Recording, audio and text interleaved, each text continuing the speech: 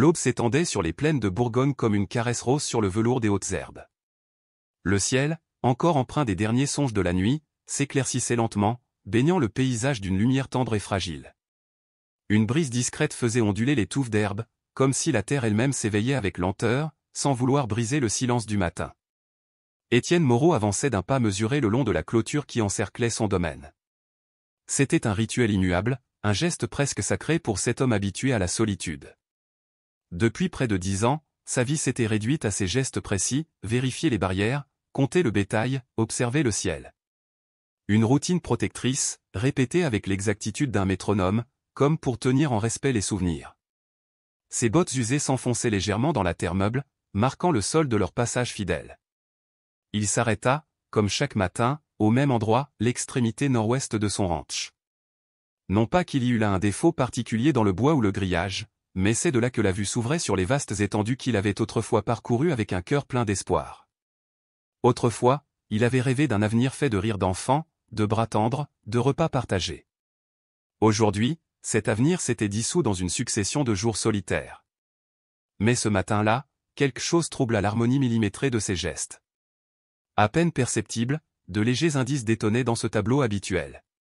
Une touffe d'herbe aplatie dans un motif anormal, une branche cassée à hauteur d'épaule, une odeur vague de cendre éteinte. Étienne s'accroupit, effleurant le sol de ses doigts rugueux.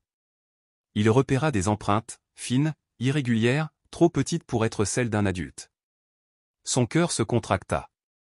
Il avait déjà surpris des vagabonds sur ces terres, des hommes fatigués, perdus, affamés. Mais cela, c'était autre chose. Il se redressa lentement, l'instinct en alerte, les sens tendus comme un soldat face à une menace invisible. Et puis il la vit. Une silhouette recroquevillée, tapie dans les herbes hautes, si discrète qu'elle aurait pu passer pour un animal blessé. Elle était là, juste de l'autre côté de la clôture. Lorsqu'elle bougea légèrement, la lumière révéla un visage. Un visage d'enfant. Une petite fille.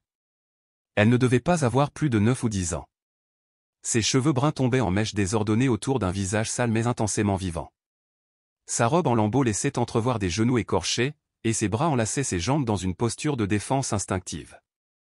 Ses yeux, couleur miel, brillaient d'une intelligence farouche et d'une tristesse bien trop grande pour son âge. Étienne resta figé, le souffle court. Il avait tout fait pour éviter les enfants depuis si longtemps. Trop de douleurs. Trop de souvenirs. Trop d'échecs. Il avait élevé autour de son cœur des murailles invisibles, imprenables. Chaque cri d'enfant au village ravivait en lui les flammes de la perte. Mais cet enfant n'était pas au village. Elle était là. À la frontière de son monde. Fragile. Tremblante. Réelle. Leurs regards se croisèrent à travers les planches rugueuses de la clôture. Elle ne bougea pas. Lui non plus. « Bonjour, monsieur », dit-elle doucement, sa voix portée par un souffle de vent comme une prière timide. Il hocha la tête, incapable de répondre. Les mots s'étaient retirés de lui depuis longtemps, surtout les mots destinés aux enfants. Il avait oublié leur douceur, leur cadence, leurs promesses. Elle se leva lentement. Elle était encore plus menue qu'il ne l'avait pensé. Si frêle que le moindre courant d'air aurait pu l'emporter. Mais il y avait une noblesse dans sa posture, une sorte de fierté naturelle qui refusait de se laisser écraser par la misère. « C'est votre terre » demanda-t-elle en désignant du menton le ranch derrière lui. « Oui » répondit-il après un instant, la voix enrouée par le silence des années. Elle acquiesça. « C'est beau, surtout les chevaux. Je les ai vus hier après-midi. » Étienne fronça les sourcils. « Tu es ici depuis hier ?»« Pas sur vos terres, non » se justifia-t-elle aussitôt, levant les mains en signe de paix. Juste à côté. Je n'ai rien pris, même pas de l'eau au puits. Je vous le jure. Il y avait dans cette précision une trace d'un passé chargé d'accusations. D'errance. De portes fermées. Où sont tes parents, demanda-t-il, même s'il en devinait déjà la réponse. Ses yeux s'assombrirent. J'en ai pas, monsieur. Je suppose, je suis orpheline. Le mot tomba entre eux comme une pierre dans un étang paisible, provoquant des cercles de silence qui s'élargirent jusqu'au plus profond de son âme. Est-ce qu'il y a un endroit où tu devrais être? Elle haussa les épaules, croisant ses bras autour d'elle. Il y avait un endroit. Mais c'était pas un bon endroit. Étienne reconnut cette pudeur dans les mots, cette façon de dire sans tout dire. Lui aussi avait appris ce langage flou pour éviter de parler de sa femme. De sa fille. De ce qu'il avait perdu et qu'on ne lui rendrait jamais. « Tu as faim » demanda-t-il brusquement. Un éclair d'espoir illumina son visage, mais il fut vite suivi d'un voile de méfiance. Un peu, admit-elle prudemment. Il hésita. Une voix en lui murmurait de lui offrir un morceau de pain et de prévenir les autorités. Une autre, plus sourde, plus ancienne, plus intime, refusait cette option. Il ne pouvait pas la repousser. Il ne pouvait pas la laisser là, comme si elle n'avait jamais existé. « Attends ici » dit-il enfin en se retournant vers la maison. Monsieur, l'appela-t-elle, le faisant s'arrêter net. Il se retourna. Elle s'était approchée de la clôture, agrippant les poteaux de ses mains menues. « Je dois vous demander quelque chose, dit-elle, la voix tremblante mais déterminée. C'est important. » Il la fixa, inquiet. Elle prit une profonde inspiration. « Est-ce que vous pourriez faire semblant d'être mon papa? Juste pour une journée. » Le monde s'arrêta de tourner. Les mots résonnèrent en lui comme une cloche fêlée. Il resta figé, incapable de croire ce qu'il venait d'entendre. « Qu'est-ce que tu as dit ?» Elle enchaîna rapidement, les mots trébuchant les uns sur les autres dans une urgence douloureuse. « Je sais que c'est bizarre, et je sais que vous me connaissez pas. Mais il y a une femme, une inspectrice de l'orphelinat. Elle vient me chercher aujourd'hui. Et si elle croit que j'ai déjà une famille, alors peut-être qu'elle ne me ramènera pas là-bas. Là où c'était pas bien. » Étienne sentit le sol se dérober sous ses pieds. Il n'avait pas prévu ça. Cette simple demande avait ouvert une brèche dans ce qu'il croyait scellé à jamais. Un cri muet s'était logé dans sa poitrine. La fillette fit un pas de plus. « Je m'appelle Lucie. Lucie Moreau. Je sais que j'en demande beaucoup. Je sais que vous n'avez probablement pas envie de vous occuper de moi. Mais je n'ai personne d'autre à qui le demander. Et vous avez l'air d'être quelqu'un qui pourrait être un bon papa. » Elle sourit. Un sourire timide. Un sourire abîmé. Mais un sourire quand même. Ce jour-là, sans même comprendre comment, Étienne Moreau ouvrit une porte qu'il croyait murée à jamais. Et une enfant y entra, portant dans ses yeux la promesse d'un renouveau. La phrase avait été prononcée dans un souffle, mais elle portait en elle le poids d'un désespoir contenu, maîtrisé avec un courage admirable. Étienne lut dans les yeux de la petite fille que cette demande n'était ni un caprice, ni un appel désespéré jeté au hasard, c'était une décision mûrement réfléchie, un choix lourdement pesé parmi un éventail cruellement restreint d'options. « Lucie » répéta-t-il, lentement, comme pour s'imprégner de ce prénom si inattendu. « Pourquoi moi? Pourquoi ne pas avoir demandé à quelqu'un du village ?» Elle baissa les yeux, détourna le regard, puis fit rouler du bout de son pied une petite pierre sur le chemin de terre. « Parce que les gens parlent, au village. Et moi, j'ai entendu des choses sur vous.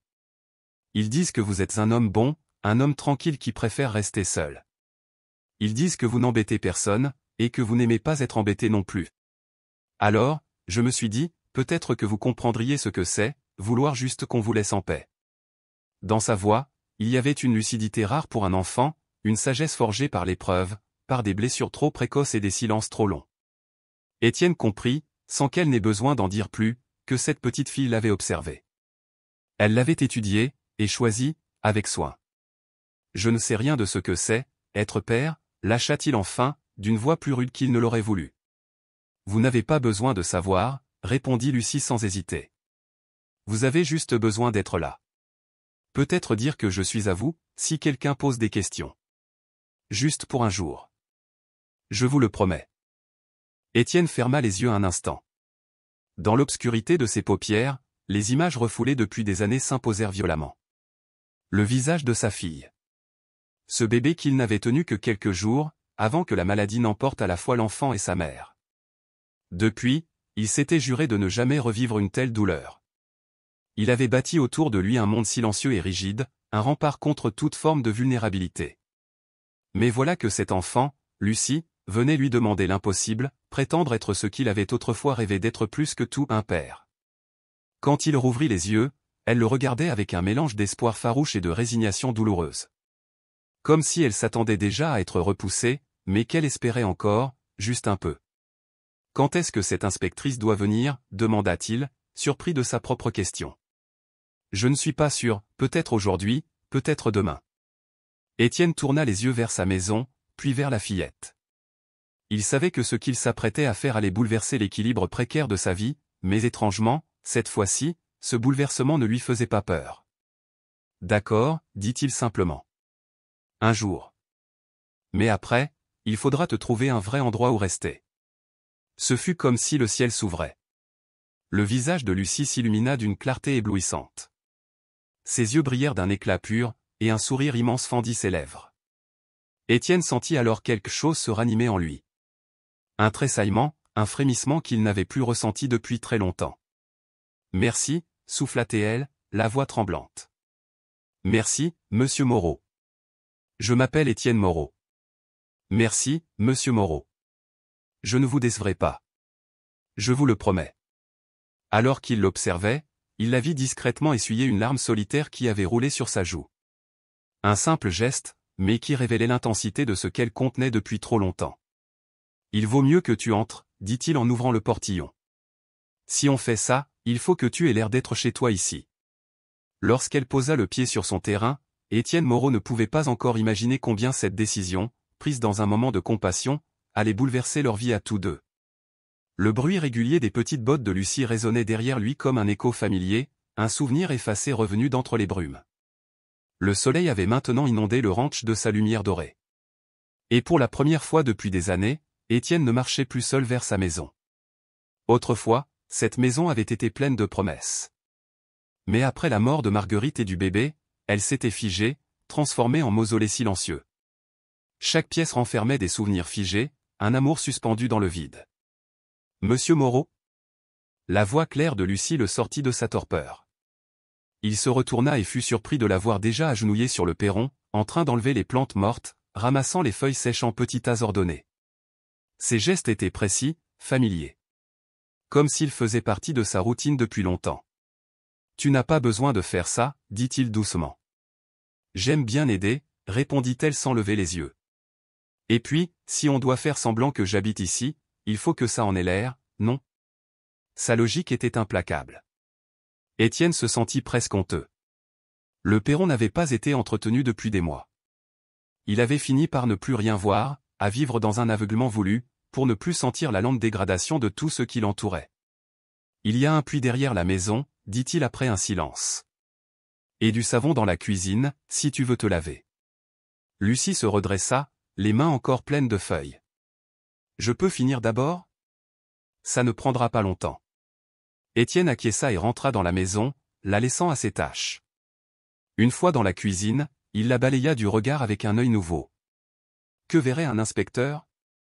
Que verrait Lucie? L'espace était propre, mais glacial. Fonctionnel. Conçu pour un homme seul qui ne cuisinait que par nécessité. La vaisselle était propre, mais rare. Les surfaces étaient presque vides. Il n'y avait rien de chaud, rien qui dise chez soi. Il commença à préparer un petit déjeuner, pain, œufs, bacon. Et pendant qu'il s'affairait, il entendait Lucie bouger dehors, le froissement des feuilles, ses pas sur le bois. Ce son, il ne l'avait plus entendu depuis longtemps. Et il se surprenait à le trouver réconfortant. Quand le repas fut prêt, il sortit la chercher. Il s'arrêta net. En un temps étonnamment court, Lucie avait transformé l'entrée. Les plantes mortes avaient disparu, le sol avait été balayé, les chaises réorganisées. Mais ce qui le frappa le plus fut de la voir debout, caressant le museau de Ranger, son vieux chien de chasse. D'ordinaire méfiant envers quiconque, il restait là, docile. Il est magnifique, dit Lucie, en le grattant derrière les oreilles. Comment il s'appelle? Ranger, répondit Étienne, s'approchant lentement. Ranger, son compagnon silencieux des 5 dernières années. Voir ce chien accepter l'affection d'un étranger avec tant de facilité le bouleversa. Salut Ranger, murmura-t-elle. Le chien remua la queue avec une vivacité qui surprit son maître. Le repas est prêt, dit Étienne, tentant de garder un ton neutre. Durant le petit déjeuner, Lucie mangea avec une faim retenue, comme quelqu'un qui connaît la faim mais tient à préserver sa dignité. Ses gestes étaient élégants, maîtrisés, presque aristocratiques. Étienne l'observait, intrigué. La façon dont elle tenait sa fourchette, s'essuyait la bouche, gardait le dos droit. « Où as-tu appris tout ça » demanda-t-il sans vraiment réfléchir. Elle s'arrêta, suspendue à une bouchée. Son regard se voila d'un souvenir douloureux. « Ma mère me les a apprises avant qu'elle tombe malade. Elle est morte, il y a 2 ans. » Pendant ce terrible hiver où tant de gens tombèrent malades à Dijon, sa voix se fit plus lointaine. Papa était mort l'année précédente, un accident sur la voie ferrée. Étienne baissa la tête. Il se souvenait de cet hiver glacial. Il avait été brutal. Une épidémie avait balayé la région, emportant de nombreuses vies. Les familles en deuil s'étaient multipliées, et les orphelins étaient devenus une charge trop lourde pour les institutions locales. Le silence s'installa un instant. « Comment es-tu arrivé chez cet homme, celui dont tu t'es enfui » demanda-t-il d'une voix plus douce. Les yeux de Lucie s'assombrirent. Monsieur Dain a dit qu'il avait besoin d'aide à sa ferme. Les gens de l'orphelinat ont pensé que ce serait bien pour moi, un travail, un foyer. Elle marqua une pause, repoussant distraitement les derniers œufs dans son assiette. Mais il ne voulait pas une fille. Il voulait des bras, de la force. Et quand je ne pouvais pas faire tout ce qu'il exigeait. Sa main se posa sans y penser sur une ecchymose à peine visible sur son bras. La colère monta en Étienne, une colère si vive qu'elle le surprit lui-même. Cela faisait des années qu'il ne s'était pas permis de ressentir une émotion aussi brute. Depuis la mort de Marguerite, toute son énergie s'était tournée vers le travail, vers le silence de la solitude. Mais cette idée qu'aucun homme ait pu faire du mal à cet enfant réveilla en lui quelque chose de profond, de viscéral. « C'est pour ça que tu t'es enfui. » « Oui. » C'est devenu pire après que sa récolte ait échoué. Il s'est mis à boire. Beaucoup. Lucie frissonna. Une nuit, j'ai compris qu'il fallait partir. J'ai pris un peu de nourriture, et j'ai marché, jusqu'ici. Que as-tu pris ? Demanda Étienne, sentant que ce détail était important. Lucie baissa les yeux, honteuse. Un morceau de pain, une couverture. Sa voix se fit presque inaudible. Et, ce que j'ai trouvé dans son bureau. Elle s'interrompit un instant, comme si le poids de ses propres mots l'écrasait. Puis elle reprit, d'une voix étranglée, « Je sais que c'était mal. Mais j'avais peur. Je me suis dit que si j'avais un peu d'argent, je pourrais aller plus loin, avant qu'il ne me retrouve. » Étienne comprit immédiatement la gravité de la situation.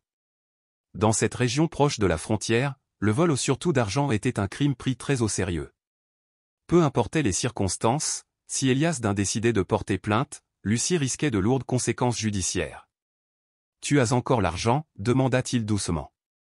Elle hocha la tête et sortit de sa poche un petit paquet de billets, froissés mais intacts. « Je n'ai rien dépensé. Pas un sou. Je me suis dit que, si jamais ça devenait trop grave, je pourrais le rendre. Et dire que j'étais désolé. » La naïveté tragique de ces mots, mêlée à une lucidité désespérée, toucha Étienne en plein cœur. Cet enfant avait été contrainte de faire des choix d'adulte dans une réalité impossible, tout en gardant un sens du bien et du mal si profondément enraciné. Après le petit déjeuner, Lucie insista pour faire la vaisselle pendant qu'Étienne s'occupait du bétail. Lorsqu'il revint 1 heure plus tard, il découvrit non seulement une cuisine impeccable, mais aussi des signes subtils qu'elle avait exploré la maison. Rien n'avait été déplacé, mais l'espace semblait soudain, habité. D'une manière qu'il n'avait plus connue depuis des années. Il la trouva dans la pièce principale, debout devant la cheminée, là où Marguerite avait placé ses objets les plus précieux. Lucie contemplait une petite photo encadrée, Étienne et sa femme, le jour de leur mariage. Mais ce qui serra le cœur d'Étienne fut l'objet dans sa main, un bonnet de bébé, tricoté avec soin, bordé de petites fleurs délicates.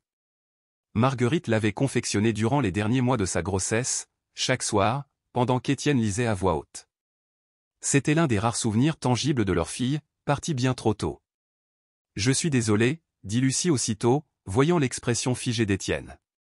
Elle commença à reposer le bonnet, mais ses mains tremblaient. « Ce n'est rien, dit-il, bien que sa voix fût plus rauque qu'il ne l'aurait voulu. » Il s'approcha et prit doucement le bonnet.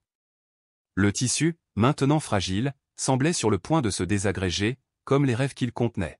« C'était pour un bébé » murmura Lucie. « Ma fille » dit Étienne sans réfléchir. Elle a vécu 4 jours. Lucie leva vers lui des yeux pleins d'une compréhension que nul enfant ne devrait posséder. « C'est pour ça que vous vivez seul » La question était simple. Directe. du genre que seuls les enfants osent poser, sans détour. Étienne se surprit à envisager une réponse honnête, pour la première fois depuis des années. Après leur mort, je n'y arrivais plus. La maison était trop vide. Et en même temps trop pleine de souvenirs. C'était plus facile, d'être seul. Je comprends, dit Lucie. Et sa voix avait quelque chose d'authentique, comme si elle comprenait vraiment. Parfois, les gens sont tellement blessés, qu'ils préfèrent ne plus laisser personne s'approcher. Ces mots, prononcés avec une sagesse désarmante, le frappèrent de plein fouet. Cet enfant, qui avait perdu ses parents, survécu à des violences, exprimait une vérité qu'il n'avait jamais su formuler lui-même. Mais le moment fut brutalement interrompu par le bruit de sabots sur le sentier principal. Étienne se dirigea vers la fenêtre, le ventre noué. Une femme approchait à cheval, le dos droit, la démarche assurée. Elle portait une robe sombre, un chapeau usé, mais tout en elle respirait l'autorité. Une seule pensée traversa l'esprit d'Étienne, gouvernement. « Qui est-ce » demanda Lucie en s'approchant de la fenêtre. Lorsqu'elle vit la cavalière, son visage se décomposa. Oh non, c'est elle. L'inspectrice. La panique monta dans la gorge d'Étienne. Il n'avait eu que quelques heures pour se préparer. Soudain, son plan lui sembla naïf, dérisoire. Que savait-il de la parentalité? Comment convaincre une professionnelle aguerrie qu'il pouvait offrir un foyer à cet enfant? Que fait-on? Murmura Lucie, la voix tremblante. Étienne glissa le petit bonnet dans sa poche, prit une grande inspiration, et se dirigea vers la porte. On fait comme si tu étais ma fille, dit-il. Sa propre fermeté le surprit. Et on espère que ce sera suffisant. Alors qu'il s'apprêtait à ouvrir, Étienne comprit que quelque chose avait changé. Ce n'était plus simplement une question d'hospitalité ou de compassion. Entre ce petit déjeuner partagé et ce moment devant la cheminée, tout cela était devenu personnel. Il posa une main sur l'épaule de Lucie, sentant la tension de son petit corps. « Respire » murmura-t-il. « Souviens-toi. Tu vis ici. Je suis ton père adoptif. » Les mots lui semblaient étranges, presque étrangers. Mais Lucie hocha la tête avec une détermination inattendue. En quelques secondes, elle s'ajusta. Elle se tint plus près de lui, comme une enfant à la recherche d'un refuge. La femme descendit de cheval avec une efficacité redoutable, gravit les marches du porche, droite comme une épée. Elle était plus jeune qu'il ne l'avait cru à la quarantaine, peut-être. Cheveux grisonnants tirés en un chignon sévère, regard perçant. « Bonjour » dit-elle d'une voix tranchante. « Je suis mademoiselle Renaud, inspectrice pour l'orphelinat municipal de Dijon. Êtes-vous monsieur Moreau ?»« Oui » répondit Étienne, ouvrant la porte en grand. Le regard de l'inspectrice se posa immédiatement sur Lucie. Étienne vit dans ses yeux l'éclair de reconnaissance, et une tension imperceptible traversa son visage. « Et voici donc Lucie Moreau » dit-elle d'un ton plus froid. « Quelle surprise de la trouver ici !» Lucie s'approcha instinctivement d'Étienne. Un geste naturel. Calculé. « Bonjour, mademoiselle Renaud » dit-elle avec une douceur maîtrisée. « Mademoiselle Quinn a causé beaucoup d'inquiétude en disparaissant » déclara Renaud sans détour. « Monsieur Dain est très préoccupé. » Étienne sentit Lucie se recroqueviller. Il posa une main protectrice sur son dos. Le geste ne passa pas inaperçu. Les yeux de Renaud se plissèrent.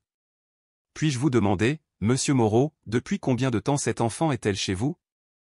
Lucie est-elle officiellement sous votre garde ?»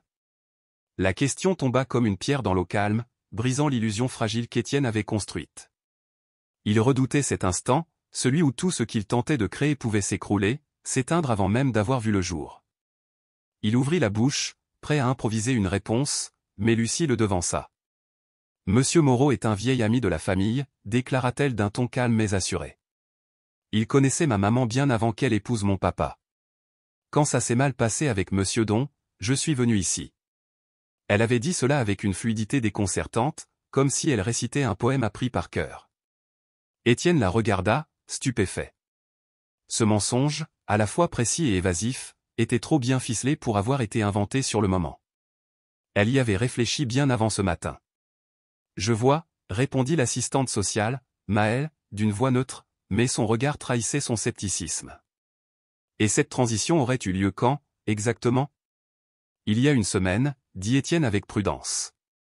Un laps de temps assez court pour justifier le manque de formalité, mais suffisant pour évoquer un début d'adaptation. Lucie est arrivée un soir, complètement bouleversée, poursuivit-il. Elle m'a raconté ce qu'elle avait vécu. Il laissa sa phrase en suspens, une technique apprise durant ses années dans l'armée, il savait qu'il était parfois plus efficace de permettre aux gens de combler eux-mêmes les vides. Monsieur Don affirme que Lucie a volé de l'argent et des objets personnels, reprit Maël sans détour. Ce sont des accusations sérieuses. Lucie blêmit, mais Étienne s'interposa rapidement. Il plongea la main dans la poche de la fillette et en sortit quelques billets froissés. Si vous parlez de ceux-ci. Lucie me les a remis dès son arrivée. Elle m'a avoué les avoir pris par peur, mais elle savait que c'était mal. Je comptais les rendre à Monsieur Don, en lui expliquant les circonstances. C'était un pari risqué, mais Étienne savait que l'honnêteté apparente renforcerait davantage leur récit que la dissimulation. Maël prit l'argent et le compta sans dire un mot. « Êtes-vous prêt à assumer la responsabilité légale de Lucie » demanda-t-elle. Prendre soin d'un enfant n'est pas une mince affaire, surtout pour un homme seul. La remarque, bien que formulée avec professionnalisme, contenait une critique à peine voilée. Étienne sentit la colère lui monter à la gorge.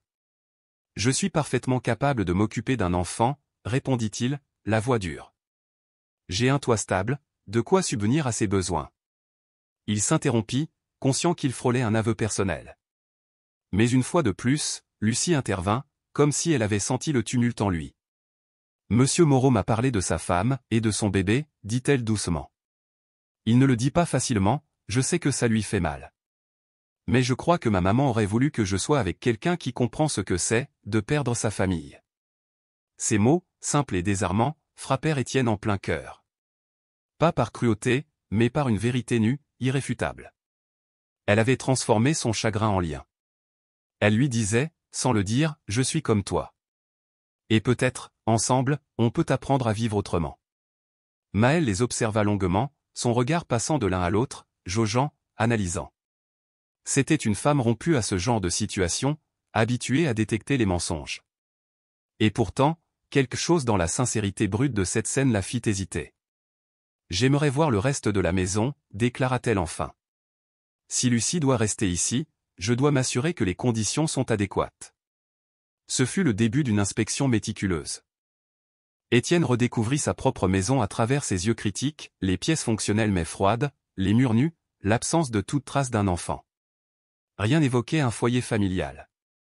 Et pourtant, ici et là, des détails inattendus apparaissaient, une petite tasse propre sur l'égouttoir, un livre d'enfant entrouvert sur la table, une paire de chaussettes soigneusement repliées dans un coin du salon. Lucie, dans sa matinée d'exploration, avait laissé derrière elle des empreintes de vie, subtiles mais indélébiles. « Et où dort Lucie » demanda Maël alors qu'ils approchaient de la petite chambre au fond du couloir. Étienne sentit sa gorge se serrer. Il n'avait pas ouvert cette porte depuis des années. Cette pièce, il l'avait gardée close, comme un sanctuaire à un avenir qui ne s'était jamais réalisé. Mais Lucie, sans hésiter, s'avança vers la porte. « Ici » dit-elle simplement. Elle entra, comme si c'était chez elle. La chambre était restée figée dans le temps, mur jaune pâle, petit berceau en bois, fauteuil à bascule près de la fenêtre. L'air y portait encore le parfum doux amer des souvenirs. « Elle est magnifique » murmura Lucie en frôlant le berceau. « Monsieur Moreau m'a dit qu'il l'avait préparée pour son bébé. Il m'a dit que je pouvais l'utiliser jusqu'à ce que je sois assez grande pour un vrai lit. » Étienne resta cloué sur le seuil, incapable de bouger, bouleversé par la manière dont cette fillette avait transformé son deuil en pont. Elle avait pris la pièce la plus douloureuse de cette maison et lui avait offert une nouvelle vie. Maël inspecta la chambre, notant chaque élément avec soin, sécurité, propreté, espace. Lorsqu'elle ressortit, son regard avait changé. Moins dur. Moins suspicieux. « Monsieur Moreau, dit-elle en revenant vers le salon. J'apprécie que vous ayez accueilli Lucie. Mais je dois m'assurer que ce placement est dans son meilleur intérêt. Je vais devoir effectuer quelques vérifications avant de pouvoir approuver officiellement cette situation. » Étienne sentit l'anxiété monter. Quel genre de vérification ? Appel de référence, entretien avec Monsieur Don, évaluation de votre situation. Elle marqua une pause, puis ajouta. Et j'aimerais parler à Monsieur Don, directement, sur les circonstances du départ de Lucie. Je dois retourner chez lui, demanda Lucie, sa voix enfin brisée par la peur. Pas tout de suite, dit Maëlle, plus douce. Mais je dois gérer cela correctement. Je vous accorde une semaine pour me démontrer que ce foyer est sincère et stable. Si d'ici là je ne suis pas convaincu. Elle ne termina pas sa phrase. Elle n'en avait pas besoin. L'alternative planait, sinistre, dans le silence. Après son départ, Étienne et Lucie restèrent assis sur le perron, regardant sa voiture disparaître à l'horizon. Une semaine, dit enfin Lucie. Une semaine, confirma Étienne. Tu crois qu'on va réussir? Il la regarda. Cette fillette aux yeux trop grands, au cœur trop lourd pour son âge, qui était entrée dans sa vie comme une tempête douce et avait déjà tout bouleversé. Il pensa à la chambre, à sa présence, à son courage tranquille. Et il dit simplement. Je ne sais pas. Mais on va essayer. Ce qu'il ne lui dit pas, c'est qu'au cours de cette journée, son objectif avait changé. Il ne s'agissait plus seulement de la sauver d'un mauvais foyer. Il s'agissait désormais de protéger quelque chose de précieux. Quelque chose qui, à son insu, avait recommencé à fleurir dans les ruines de son cœur. Ce jour-là, quelque chose de presque trop beau pour être vrai avait pris racine dans le cœur d'Étienne, une étincelle fragile, presque douloureuse, qui ressemblait dangereusement à de l'espoir. Alors qu'ils travaillaient ensemble à transformer sa vieille maison en un véritable foyer, Étienne observait Lucie du coin de l'œil. Cette petite fille avait réussi, en quelques heures à peine, à raviver en lui des émotions qu'il croyait depuis longtemps enterrées sous la poussière du temps et la rouille des regrets. Une admiration mêlée d'une peur viscérale montait en lui. Une seule journée avait suffi à fissurer les murailles de solitude qu'il avait érigées au fil des ans, et une voix au fond de son esprit murmurait que tout cela n'était peut-être qu'un mirage. Une semaine? Pensait-il. Une semaine ne suffit pas à bâtir une vie. Et quand viendrait l'heure des vérités, aurait-il la force de tenir bon? Pourrait-il protéger cette fragile esquisse de famille qu'ils venaient à peine de dessiner ensemble? Le soleil déclinait lentement sur les terres bourguignonnes, peignant le ciel des mêmes nuances orangées et pourpres qu'au matin. Mais tout avait changé. Le silence des collines n'apportait plus le même apaisement, seulement une question lancinante, cette transformation allait-elle durer ou, dans quelques jours à peine, se retrouverait-il à nouveau seul, avec pour unique compagnie ses souvenirs fanés? Les 3 jours suivants s'écoulèrent dans un rythme étrange ou une routine presque douce, teintée pourtant d'une tension latente. Lucie s'adaptait au ranch avec une aisance troublante. Chaque matin, Étienne la trouvait déjà levée, nourrissant les poules ou brossant le vieux chien du domaine. L'après-midi, pendant qu'il s'occupait du bétail, elle rangeait la maison, lisait à voix haute sur le porche, sa voix claire flottant dans l'air comme un chant oublié. La maison, autrefois figée dans le silence, s'emplissait peu à peu d'une chaleur nouvelle, presque irréelle. Mais c'était le soir, à l'heure du dîner, que le piège se refermait sur lui. Quand la cuisine résonnait de conversations tranquilles et de rires discrets, Étienne réalisait à quel point cette situation devenait dangereusement précieuse. Lucie ne remplissait pas seulement un vide dans sa vie. Il commençait à envisager, contre toute raison, que cela puisse durer, que cela devienne leur vie. Le 4e jour, pourtant, tout vacilla.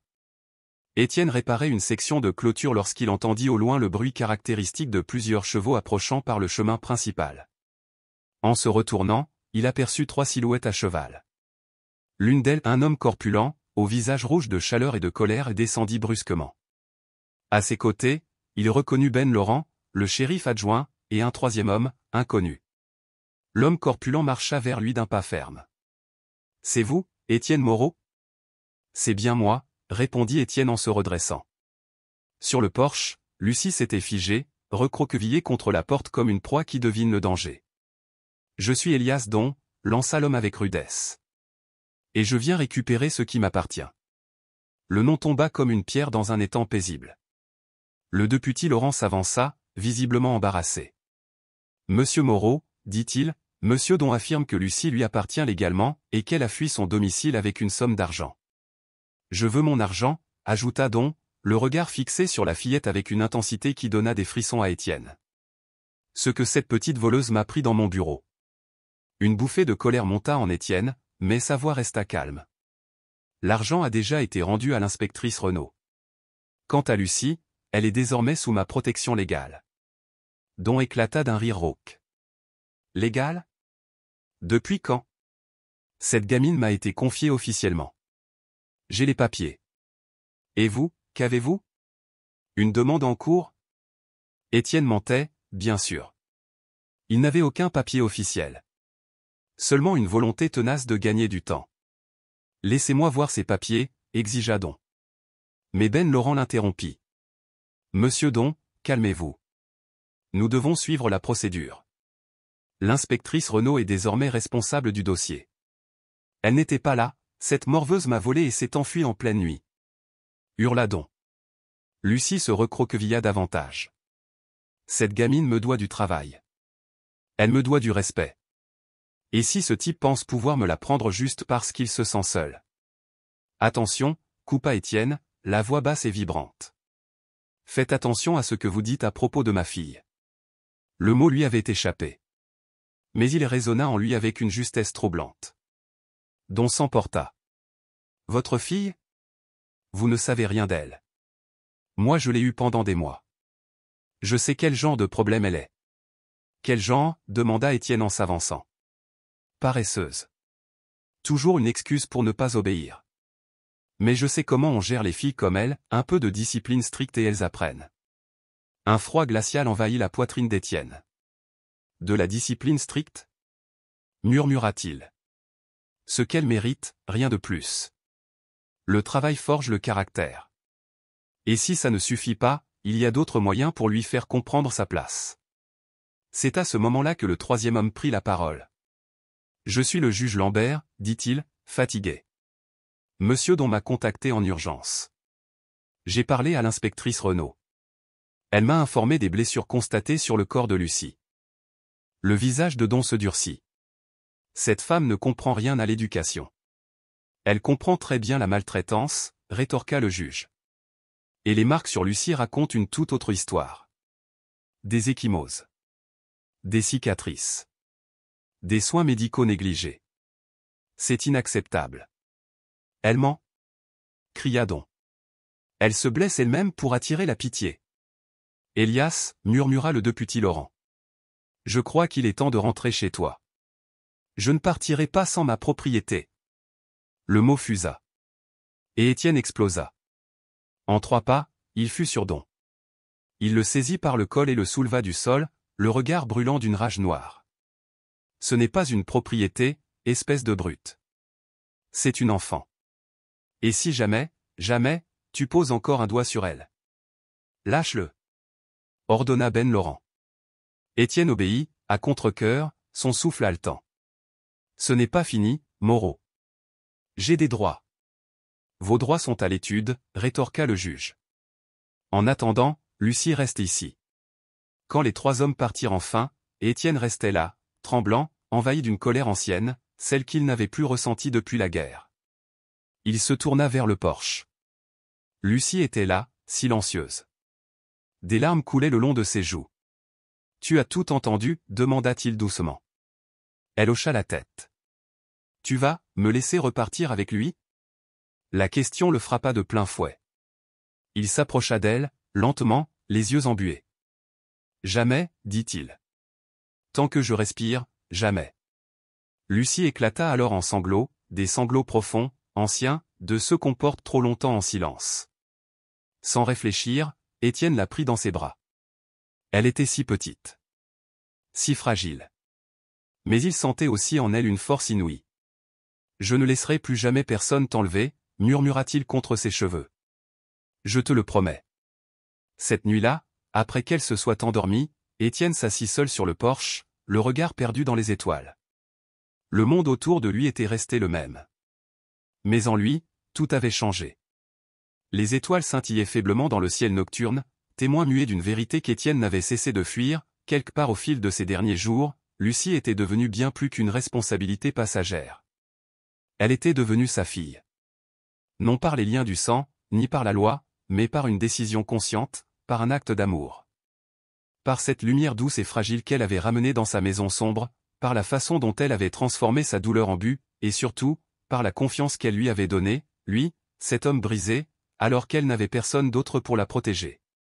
Cette prise de conscience l'ébranla. Elle l'élevait, certes, mais elle le terrifiait tout autant. Car pour la première fois depuis près de 10 ans, il avait de nouveau quelque chose à perdre.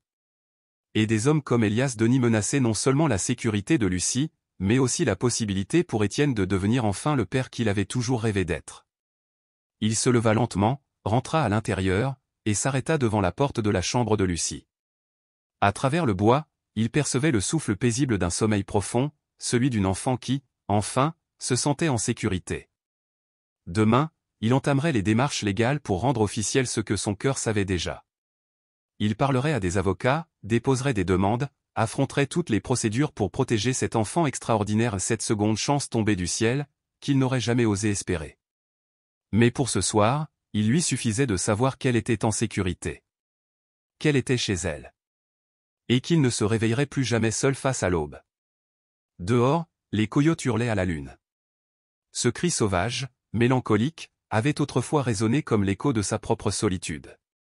Mais ce soir, avec Lucie dormant à l'étage dans une chambre conçue pour abriter des rêves de famille, ce hurlement n'était plus qu'un signe, la fin d'une journée de plus dans cette nouvelle vie qu'ils construisaient ensemble. Une vie qu'il défendrait désormais avec chaque fibre de son être. Le matin du 6e jour se leva avec une urgence que son corps tout entier ressentit. À son réveil, Étienne trouva Lucie déjà habillée, assise à la cuisine, les mains posées bien à plat sur la table.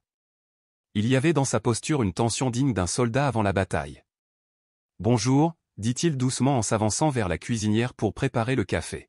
« Tu crois qu'elle viendra aujourd'hui » demanda Lucie sans lever les yeux. Il n'eut pas besoin de demander de qui elle parlait. L'inspectrice Renaud avait promis de rendre sa décision le 7e jour. Mais depuis la confrontation avec Denis, les choses avaient pris une tournure inattendue. Ce n'était plus une simple évaluation, mais un combat pour l'avenir de Lucie. Probablement, admit-il. Mais nous ne sommes pas seuls, Lucie. Hier, j'ai envoyé un télégramme à Dijon. Une avocate, Claire Martin, a accepté de nous représenter. Lucie leva vers lui un regard où se mêlaient espoir et appréhension. Tu crois que ce sera suffisant? Avant qu'il n'ait pu répondre, le bruit sourd de plusieurs attelages s'approchant les interrompit. Par la fenêtre, ils aperçurent une petite procession, l'inspectrice Renaud sur son cheval familier, suivi d'un chariot où se tenait le juge Lambert et plusieurs autres officiels. C'est l'heure, murmura Étienne. À sa grande surprise, Lucie se leva, s'approcha et lui prit la main. Un geste à la fois enfantin et infiniment mature. Quoi qu'il arrive, dit-elle d'une voix ferme, je veux que tu saches que ces derniers jours ont été les plus beaux de ma vie. Ces mots le frappèrent de plein fouet. Il comprit alors qu'en se protégeant de la douleur, il s'était aussi privé de la beauté bouleversante que seul l'amour véritable peut offrir. Le salon avait été transformé en salle d'audience improvisée. Le juge Lambert s'installa derrière la table à manger d'Étienne. À ses côtés, l'inspectrice Renaud disposa soigneusement ses documents. À la surprise générale, Cécile Lefebvre, la sage-femme et guérisseuse du village, était aussi présente, accompagnée du shérif adjoint Laurent. Leur visage trahissait une détermination claire, ils n'étaient pas là en simples spectateurs. Avant de commencer, déclara le juge, je dois vous informer que M. Denis a déposé une plainte formelle pour enlèvement et vol. Toutefois, en considération des circonstances particulières, j'ai décidé qu'une audience informelle était plus adaptée pour évaluer ce qui sert le mieux les intérêts de l'enfant. Lucie se raidit à ces mots, mais elle serra la main d'Étienne plus fort. Il sentit sa force dans ce petit geste. Inspectrice Renaud, poursuivez, dit le juge. Elle se leva, consulta ses notes, puis déclara d'un ton mesuré. Mon enquête m'a permis d'établir que Lucie Moreau a été victime de violences physiques et de négligence pendant son séjour chez M. Denis. Les marques visibles sur son corps correspondent à des châtiments corporels sévères. Son état de santé général indique une alimentation insuffisante. Elle marqua une pause, ses yeux se posant sur Lucie avec une tendresse protectrice. En revanche, depuis son arrivée chez M. Moreau, j'ai constaté une amélioration nette de son bien-être physique, émotionnel et psychologique. La maison est convenable, l'environnement est sain, et M. Moreau dispose de moyens financiers suffisants. Elle hésita légèrement. Cependant, poursuivit-elle, j'ai aussi des réserves. Cet arrangement est né de manière soudaine. M. Moreau n'a aucune expérience parentale. Et les circonstances dans lesquelles Lucie s'est retrouvée ici restent peu claires. Monsieur Moreau, avez-vous quelque chose à dire demanda le juge. Étienne se leva. Chaque regard dans la pièce semblait peser sur lui. Il avait répété 1000 fois ce qu'il allait dire. Mais à cet instant précis, les mots lui échappaient. Votre honneur, dit-il d'une voix rauque, il est vrai que je n'ai jamais élevé d'enfant. Il est vrai aussi que Lucie et moi, nous nous sommes rencontrés de manière peu orthodoxe. Mais il est également vrai que sa gorge se noua. Il s'interrompit. Il y a presque 10 ans, j'ai perdu ma femme et notre fille nouveau-née. Depuis, je vivais comme un homme éteint. J'évitais les enfants parce qu'ils me rappelaient ce que j'avais perdu. J'évitais les gens pour ne pas risquer de perdre encore. Lucie serra sa main à nouveau. Il reprit, plus fort. Lucie n'a pas remplacé ma fille. Elle m'a montré que l'amour n'est pas un puits à sec. Qu'en aimant, on ne trahit pas la mémoire des disparus. Qu'on peut continuer à vivre. Qu'on doit le faire. Il regarda Lucie droit dans les yeux. En une semaine, elle a ramené plus de vie dans ma maison que je n'en avais connu en 10 ans. Elle a soigné mes bêtes, nettoyé ma maison, égayé ma table de ses histoires, et surtout, elle m'a redonné un but. Il inspira profondément. Si vous me permettez d'être son père, je vous jure que je consacrerai chaque jour qu'il me reste à la protéger, à l'aimer et à lui rappeler qu'elle a de la valeur. C'est cela, être un père. Offrir sécurité, constance, et amour, sans condition. Un silence lourd suivit. Puis une voix douce, mais ferme, s'éleva. Puis-je parler? Cécile Lefebvre se leva. Le juge acquiesça. J'ai connu Marguerite, l'épouse d'Étienne, dit-elle. Je l'ai aidée durant sa grossesse. Et j'étais là quand elle est morte, avec leur bébé. J'ai vu ce que cette perte a fait à cet homme. Elle tourna les yeux vers Étienne, brillant d'une émotion contenue.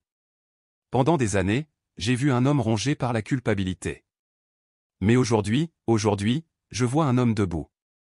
Un homme prêt à aimer. Et cet amour, Lucie l'a réveillé. Elle s'interrompit, puis ajouta. Je crois que cet enfant a trouvé le père qu'elle cherchait.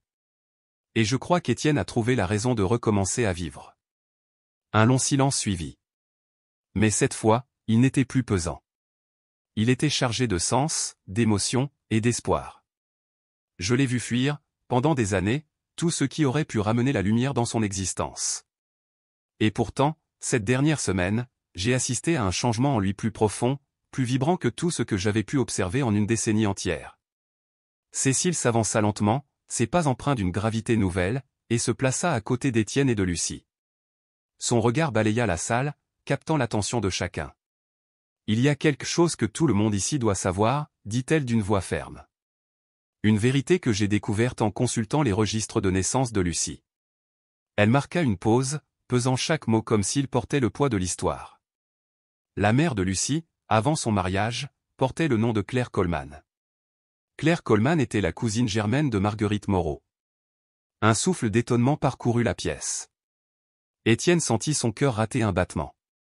Le sol lui semblait soudain instable, comme s'il se dérobait sous ses pieds. Que voulez-vous dire exactement? Demanda le juge, intrigué. Je veux dire, répondit Cécile sans détour, que Lucie et Étienne sont liés par le sang. Pas seulement par un choix ou par les circonstances. Marguerite m'a souvent parlé de Claire, sa cousine, qui était partie vivre à Dijon après son mariage. Quand j'ai vu le nom de la mère de Lucie dans les registres, j'ai compris. Étienne se tourna vers Lucie, ébranlé, comme s'il voyait son visage pour la première fois. Il reconnut, dans la courbe douce de ses pommettes, dans l'éclat fier de ses yeux, les traits familiers et sévères de Marguerite. Ce lien invisible qu'il avait ressenti depuis le début prenait maintenant tout son sens. Ce n'était pas un simple hasard, mais une évidence que seule la vérité pouvait révéler. Cela change tout, murmura l'inspectrice Renaud, les bras croisés, émue malgré elle. Non, répondit soudain Lucie, d'un ton si clair et déterminé que tous les regards convergèrent vers elle. Elle s'était levée. Petite fille frêle quelques instants plus tôt, elle dégageait maintenant une présence qui emplissait toute la salle. Sa voix tremblait, mais elle était ferme, lumineuse. Ça ne change rien. Être une famille, ce n'est pas une question de sang. C'est un choix. C'est de l'amour. Monsieur Moreau n'a pas besoin d'être mon vrai papa pour l'être.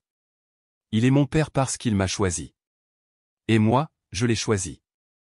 Elle se tourna vers le juge, les yeux brillants de larmes retenues, mais le regard plein de conviction. Je sais que je ne suis qu'une enfant, et que les adultes pensent que je ne comprends pas ces choses, mais je comprends ce que c'est de ne pas se sentir à sa place. Je sais ce que c'est que d'avoir peur la nuit, de ne pas savoir si quelqu'un sera là au matin. Et pour la première fois de ma vie, je sais ce que c'est que de se sentir en sécurité. D'avoir une maison. D'être aimé. Elle prit une grande inspiration, puis ajouta. Monsieur Moreau me fait sentir que j'ai de la valeur. Que j'existe vraiment. Et si vous me laissez rester avec lui, je vous promets d'être la meilleure fille possible. Un silence épais et sacré suivit. Il n'y avait plus un souffle dans la salle. Étienne, immobile, sentit les larmes couler sur ses joues. Des larmes qu'il n'avait plus versées depuis des années, qu'il croyait taries à jamais. À cet instant précis, en entendant Lucie défendre leur lien avec tant de courage, il sut. Elle avait raison. Le sang avait peut-être tissé un fil, mais c'était l'amour qui avait bâti une famille. Le juge Hamon se racla la gorge, clairement bouleversé. Ces paroles sont éclairantes, dit-il avec gravité. Compte tenu des preuves concernant les mauvais traitements infligés à Lucie dans son précédent foyer, du lien familial établi avec Monsieur Moreau, et du témoignage sincère que nous venons d'entendre? Il fit une pause. Chaque seconde semblait durer une éternité. J'accorde la garde temporaire de Lucie à Monsieur Étienne Moreau, avec possibilité d'adoption formelle si les deux parties le désirent. Un frisson parcourut la salle. Cécile applaudit en silence, le député Laurent soupira profondément de soulagement, et même l'inspectrice Renaud laissa échapper un sourire discret. Mais pour Étienne, tout disparut. Il n'y avait plus que Lucie, qui se jeta dans ses bras avec une joie si pure, si dévastatrice, qu'elle lui coupa le souffle. « Ça veut dire que je peux rester » murmura-t-elle contre sa poitrine. « Ça veut dire, » répondit-il d'une voix étranglée par l'émotion, « que tu es déjà chez toi. » Pour la première fois depuis 10 ans, Étienne se sentit complet. Non pas parce qu'il avait retrouvé quelque chose de perdu, mais parce qu'il avait découvert quelque chose de nouveau, d'inattendu, un miracle. Quelque chose qui honorait son passé tout en ouvrant la voie à un avenir lumineux. Le soleil brillait ce jour-là sur la terre bourguignonne qu'il partagerait désormais avec sa fille. Une fille venue à lui non par la chair, mais par le destin. Non par obligation, mais par choix. Les jours qui suivirent l'audience se déroulèrent comme dans un rêve. Lucie n'était plus une invitée, elle appartenait à cette maison. Les papiers de garde temporaire trônaient sur le bureau d'Étienne, preuve tangible que cette nouvelle vie n'était pas une illusion éphémère. 3 jours plus tard, le passé revint frapper à leur porte une dernière fois. Étienne apprenait à Lucie à manier le lasso dans l'enclos quand il aperçut une silhouette à cheval. Sa main se crispa par réflexe. Puis il reconnut le député Laurent. Étienne s'avança vers la clôture, Lucie collée à ses talons, mais cette fois sans peur. « Monsieur Moreau, » dit Laurent en descendant de sa monture, « j'ai des nouvelles importantes. »« Je vous écoute, » répondit Étienne. « Elias Don a été arrêté. » Une vague de soulagement balaya Étienne. « Pourquoi ?» Après l'audience, 3 autres familles se sont manifestées. Leur témoignage concorde avec celui de Lucie. Et nous avons découvert qu'il falsifiait des dossiers pour continuer à recevoir de l'argent de l'État. Il avait des enfants sous sa responsabilité qu'il ne protégeait pas. Lucie se rapprocha d'Étienne. Celui-ci posa instinctivement une main protectrice sur son épaule. « Qu'est-ce que cela signifie pour Lucie » demanda-t-il. « Cela signifie, » dit Laurent avec un léger sourire, « que toute revendication légale de sa part est définitivement révoquée. Une ordonnance permanente interdit à Elias Don tout contact avec Lucie ou avec tout autre enfant placé. » Lucie fléchit légèrement. Étienne la souleva sans effort, la serra contre lui tandis qu'elle pleurait en silence, libérant enfin toutes les peurs qu'elle avait portées trop longtemps. « C'est fini, » murmura-t-il, « c'est vraiment fini. » Ce soir-là, après un dîner que Lucie engloutit avec l'appétit d'une enfant enfin en paix, ils s'assirent ensemble sur le porche. Le ciel du Bourgogne s'illuminait d'étoiles. « Monsieur Moreau » demanda Lucie doucement, la tête posée contre son bras. « Oui. Est-ce que je peux vous appeler papa, officiellement ?» Le mot le frappa comme une douce tempête. Cela faisait des semaines qu'il jouait à faire semblant. Mais ce soir, ce n'était plus un jeu. C'était une vérité qui demandait à être nommée. « Ce serait un honneur » répondit-il d'une voix chargée d'émotion. « Et, est-ce que vous pourriez m'appeler votre fille ?» Il sourit tendrement. « Je le fais déjà, dans mon cœur, depuis longtemps. » Lucie leva les yeux vers lui, des larmes de bonheur dans les siens. « Alors, je suppose qu'on est vraiment une famille maintenant ?»« Je suppose que oui, » répondit-il, le sourire lui montant aux lèvres comme le soleil au matin. Un sourire qui lui semblait, pour la première fois depuis des années, parfaitement à sa place. Les semaines suivantes furent rythmées par des rires, des apprentissages, et 1000 petits miracles du quotidien. Lucie voulait tout savoir, comment guérir un cheval malade, comment poser une clôture, pourquoi les vaches se regroupaient ainsi. Elle suivait Étienne partout, avide de découvrir chaque recoin de cette vie qu'elle avait désormais la sienne. « Je veux être utile, pas juste présente », expliqua-t-elle un jour. « Lucie », répondit-il en s'agenouillant devant elle, « tu n'as rien à prouver. Tu as ta place ici, simplement parce que tu es ma fille. » Et son sourire éclaira tout le Bourgogne. Un mois plus tard, Cécile revint, cette fois avec une petite boîte en bois. Elle l'ouvrit devant eux, des photos fanées, une broche d'argent, une bible de famille et une bague. Celle de l'arrière-grand-mère de Marguerite. Marguerite la croyait perdue, dit Cécile. Mais elle aurait voulu que Lucie l'ait. C'est son héritage. Lucie toucha l'anneau du bout des doigts, le cœur battant. Elle faisait vraiment partie de ma famille. De notre famille, corrigea Étienne. Elle est à nous, maintenant. 2 mois après l'audience, alors qu'ils marquaient ensemble un veau, Étienne s'arrêta soudain. Il la regarda longuement. Lucie ? Oui, papa ? Et ce mot, dans la bouche de sa fille, valait plus que toutes les richesses du monde. Il restait une dernière chose à accomplir, un geste fort, solennel, pour que tout cela devienne pleinement réel. Étienne se tourna vers Lucie, la gorge serrée mais le regard déterminé. « Est-ce que tu voudrais qu'on rende tout ça officiel ? Légalement, pour toujours ?» Lucie ouvrit de grands yeux, comme si ses rêves les plus secrets prenaient soudain forme sous ses paupières. Pendant quelques secondes, elle resta sans voix, paralysée par l'émotion. Puis, sans prévenir, elle se jeta dans ses bras avec une telle intensité qu'il en perdit presque l'équilibre. Elle l'enlaça avec une force fébrile, comme si elle redoutait qu'on vienne la lui enlever. « Ça voudrait dire que je serais vraiment Lucie Moreau ?» demanda-t-elle d'une petite voix étouffée contre sa chemise. « Oui », murmura-t-il en refermant ses bras autour d'elle. « Ça voudrait dire que tu serais ma fille à tous les égards. Pas seulement dans nos cœurs. Devant la loi aussi. Pour toujours. » « Oui », souffla-t-elle, la voix brisée par une joie trop grande pour être contenue. « Oui, oui, 1000 fois oui. » Et ainsi commença le processus. 3 mois de paperasse, de visites, de vérifications administratives et de rendez-vous au tribunal. 3 mois pendant lesquels Étienne et Lucie vécurent déjà comme père et fille, dans la tendresse tranquille des jours simples, en attendant que la justice vienne simplement apposer son sceau sur ce que l'amour avait déjà tranché. Puis, enfin, le grand jour arriva. Dans la grande salle de bois clair du tribunal de Dijon, le juge Lambert prit place, grave mais le regard bienveillant. Il posa les yeux sur eux et, d'une voix posée, prononça les mots que leur cœur attendait depuis des mois, depuis peut-être toujours. Par l'autorité qui m'est conférée par l'État du Bourgogne, je déclare que l'adoption de Lucie Moreau par Étienne Moreau est complète, et légalement reconnue. Lucie, tu es désormais officiellement Lucie Moreau, avec tous les droits et privilèges d'une fille naturelle. Cette fois, lorsque Lucie se jeta dans les bras d'Étienne, ce ne fut plus un élan d'espoir fragile, ni un besoin désespéré d'affection. Ce fut une explosion de joie, une certitude. Il n'y avait plus de doute, plus de silence à combler, plus de peur de demain. Seulement un père et sa fille, liés par l'amour, le choix et désormais la loi. Ce soir-là, de retour au ranch, Étienne la trouva sur le perron, les yeux levés vers les étoiles. Son visage était baigné d'une sérénité nouvelle, presque irréelle. « À quoi tu penses, petite étoile ?» demanda-t-il doucement en venant s'asseoir à ses côtés. Elle sourit sans le regarder, la voix flottante. « À tout ce qui a changé. Il y a encore quelques mois, je dormais dehors, là, juste contre votre clôture. J'étais seul, j'avais peur, je ne savais même plus à quoi ressemblait la chaleur d'une maison. Et maintenant j'ai un papa qui m'aime. J'ai un vrai foyer.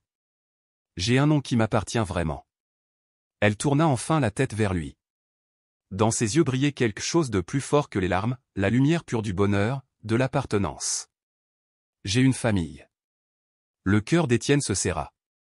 Il la prit dans ses bras, la gardant contre lui comme un trésor qu'on ne laisse plus jamais s'éloigner. Et dans ce contact, il sentit quelque chose fondre en lui, se libérer à la paix. Une paix profonde et ancienne, qu'il croyait à jamais perdue. « Nous avons une famille », la corrigea-t-il tendrement. Ils restèrent là, en silence, unis sous les étoiles immenses du ciel de Bourgogne. Étienne repensa à tout ce qui les avait menés jusqu'à cet instant. Au premier jour, à ce matin-là où elle avait surgi dans sa vie avec son regard fiévreux et sa demande irréaliste. Elle avait été une étrangère, une inconnue, et aujourd'hui, elle était le cœur même de sa maison. Tout avait commencé comme un jeu. Une simple journée à faire semblant. Et cela s'était transformé en la vérité la plus puissante qu'il ait jamais connue. Le ranch, autrefois vaste et silencieux comme un tombeau, n'était plus hanté par les échos du passé. Il résonnait désormais de rires, de conversations, de petits pas pressés courant dans les couloirs. Chaque pièce reprenait vie, comme si Lucie y avait insufflé une seconde naissance. Les vieux souvenirs douloureux s'étaient effacés, ou du moins apaisés. Le présent était redevenu un lieu habitable. Et l'avenir, longtemps redouté, s'ouvrait comme un horizon prometteur, empli de possibilités nouvelles. Alors qu'il la portait dans ses bras pour la coucher, la tête de Lucie reposée contre son épaule s'agita faiblement. « Papa » murmura-t-elle d'une voix ensommeillée. « Oui, ma fille. Merci d'avoir fait semblant d'être mon papa, ce jour-là. » Il sourit, le cœur inondé d'une tendresse muette. Il l'embrassa doucement sur le sommet du crâne. « Merci à toi de m'avoir appris que je ne faisais pas semblant du tout. » Il l'aborda dans son lit, tira la couverture jusqu'à son menton, puis se dirigea lentement vers sa propre chambre, les lumières s'éteignant derrière lui une à une. Ce soir-là, pour la première fois depuis presque une décennie, Étienne Moreau ne termina pas sa journée dans la solitude. Dans la pièce voisine, sa fille dormait d'un sommeil profond, paisible, protégé. Et demain matin, ils se lèveraient ensemble, prêts à affronter ce que la vie leur réserverait. L'avenir n'était plus une menace, un fardeau silencieux. C'était une promesse, un pacte d'espoir. Et tout cela avait commencé avec une fillette courageuse qui avait osé demander l'impossible, et un homme brisé qui avait eu la force de lui dire oui. Au loin, les coyotes hurlèrent à la lune. Mais cette nuit-là, leur cri ressemblait à un chant de victoire, à un hymne aux secondes chances, à un psaume murmurant le pouvoir transformateur de l'amour choisi. Le ranch Moreau n'était plus le refuge d'un homme seul. Il était devenu le foyer d'une famille.